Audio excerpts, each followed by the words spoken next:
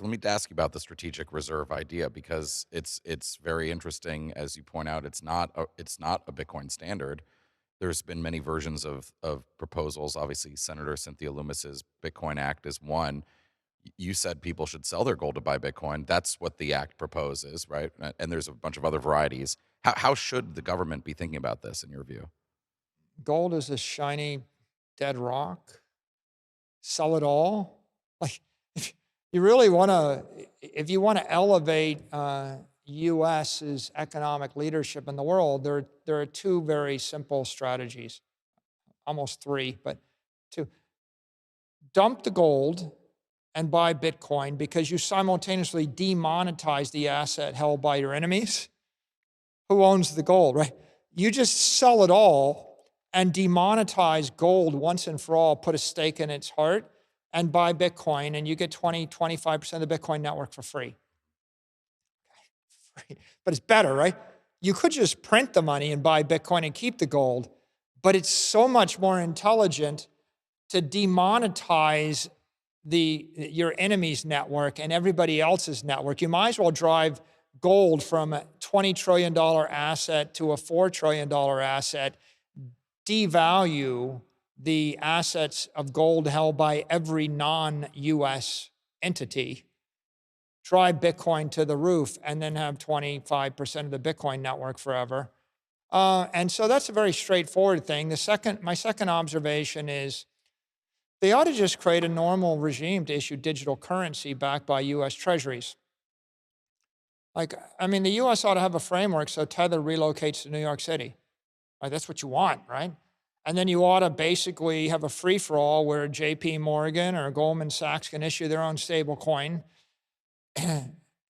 People, if you want to be non-constructive, you can fixate on, oh yeah, the US is going, the Bitcoin's going to demonetize bonds. Not really, that's not the constructive thing. I would focus upon the fact that Bitcoin's going to demonetize the S&P index, all your real estate, all your gold, right? And other random store of value assets.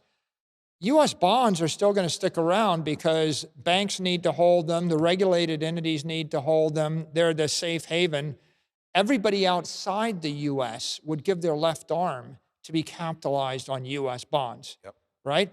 So what's really going to happen here, my strategy would be, and I really think it's evil genius strategy, right? If it's like, it's so good, right, that Yeah. our enemies would hate us, but our allies would complain too, and the US would make $100 trillion in a heartbeat, right? Here's the strategy. You dump gold, demonetize the entire gold network, you buy Bitcoin, you buy 5 million or 6 million Bitcoin, you monetize the Bitcoin network. All the capital in the world sitting in Siberian real estate or Chinese natural gas or every other currency derivative that's held as a long-term store of value. Europeans, Africans, South Americans, Asians, they all just dump their crappy property and their crappy capital assets and they buy Bitcoin. The price of Bitcoin goes to the moon. The US is the big beneficiary. US companies are the big beneficiary. And while you're doing that, you normalize and support digital currency, and you just define digital currency as the US dollar backed by US dollar equivalents in a regulated US custodian that's audited. What happens next? $150 billion of stablecoin goes to $1 trillion, 2, 4, 8, and probably somewhere between 8 and 16 trillion dollars.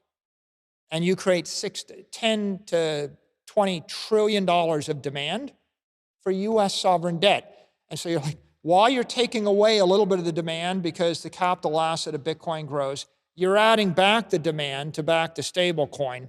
Where does the digital currency goes? It replaces the CNY, the ruble. It replaces every African currency. It replaces every South American currency. It replaces the euro. I mean, if you really believe in US world reserve currency and US values, every single currency in the world will actually just merge into the US dollar if it was freely available. There isn't a stronger currency. No, there isn't. There's only currencies pegged to the dollar explicitly, like a DROM, or the CNY, literally pegged to the dollar explicitly. Then there's implicitly pegged to the dollar, like the euro. And then there's currencies collapsing against the dollar. And like, so what were we on, after World War II, during World War I? We're on the dollar standard. After World War I, the dollar standard. Treaty of Genoa, the dollar standard. Bretton Woods, the dollar standard. And it's like, we're like, oh, we just discovered the dollar standard in 1971. We've been on the dollar standard since we financed World War I for the Brits, right? And we took over the world financial system since then. You want to stay on the dollar standard? You really need to release $10 trillion of digital currency, and then you'll be on the dollar standard. But what I just described basically replaces every currency in the world with the dollar, which the US controls, and it siphons off hundreds of trillions of dollars of 20th century capital assets and half of the capital in the rest of the world. And 75% of the capital of our enemies gets siphoned into Bitcoin. And the big beneficiary is the US government. And after that, every US company, because we're the ones that own and run it. Yeah. And so what I'm describing there, you can do for free.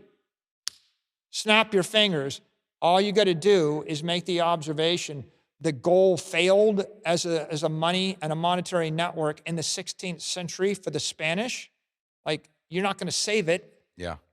And given the fact it's failed, let's just eliminate the fiction, demonetize it, go to digital gold, sell the past, own the future.